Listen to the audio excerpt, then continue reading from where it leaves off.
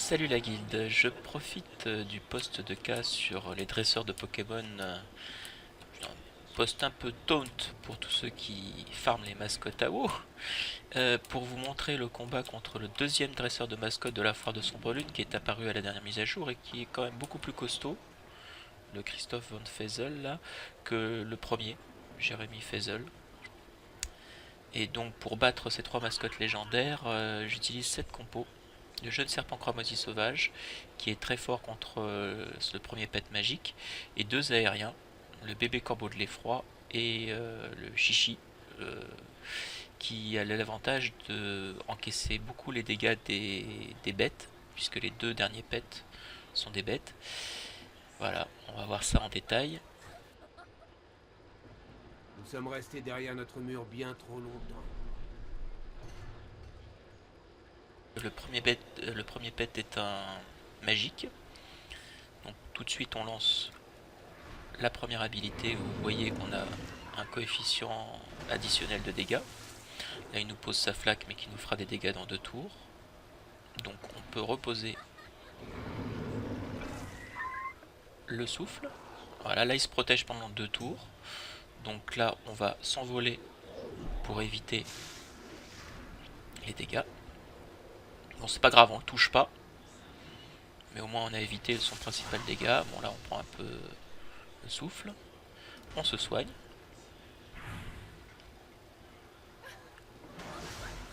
Il nous remet une flaque, mais on a le temps, c'est dans 2 tours. Alors là, ça n'a pas marché, je sais pas pourquoi, mais c'est pas grave.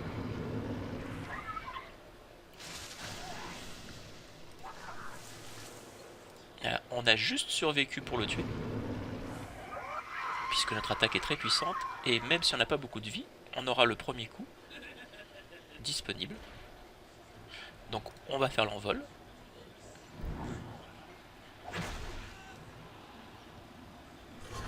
Nickel. Là, il se protège avec son bouclier. On va en profiter pour se soigner.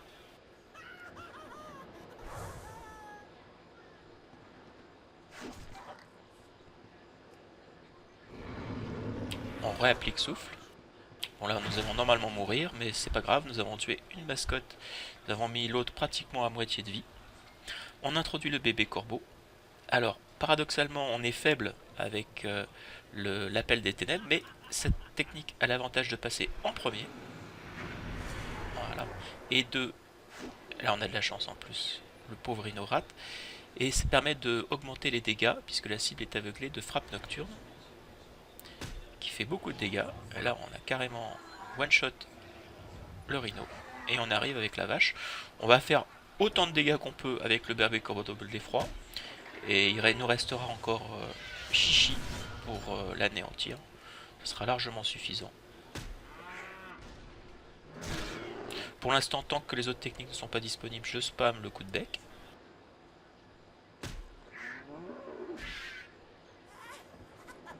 Là, on va attendre l'appel des ténèbres pour augmenter les dégâts de frappe nocturne. Donc je fais encore un coup de bec.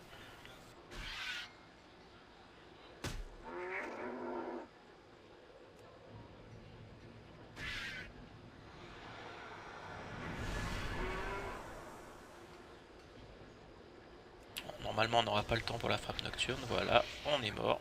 Mais c'est pas grave. On a Chichi qui arrive. Alors là, le principal qu'il faut savoir pour vaincre ce dresseur, c'est que sa coup donné à manger non seulement fait des dégâts, mais en plus soigne fortement la grosse vache auto. Donc il faut absolument ne pas prendre des dégâts sur ce coup-là, qui est disponible, vous le voyez, qui va lancer.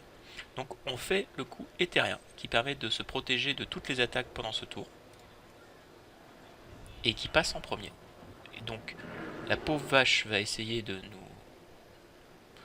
faire des dégâts avec donner à manger, mais évidemment ça ne marche pas, et donc elle ne peut pas se soigner. Là on a deux solutions. On met tranquillité. Je vais vous mettre tranquillité parce que des fois on n'a pas autant de chance que ça et il n'y a pas le raté du rhino.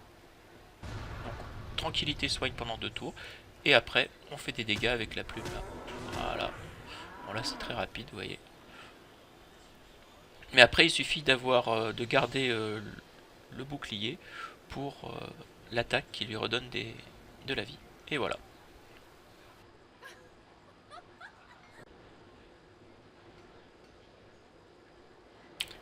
Et donc c'est quand même très intéressant parce que vous voyez que les récompenses sur la foire de Sombre Lune, ce dresseur là donne quand même 10 coupons par jour. Pas perso, mais par contre, c'est quand même très intéressant, 10 coupons par jour.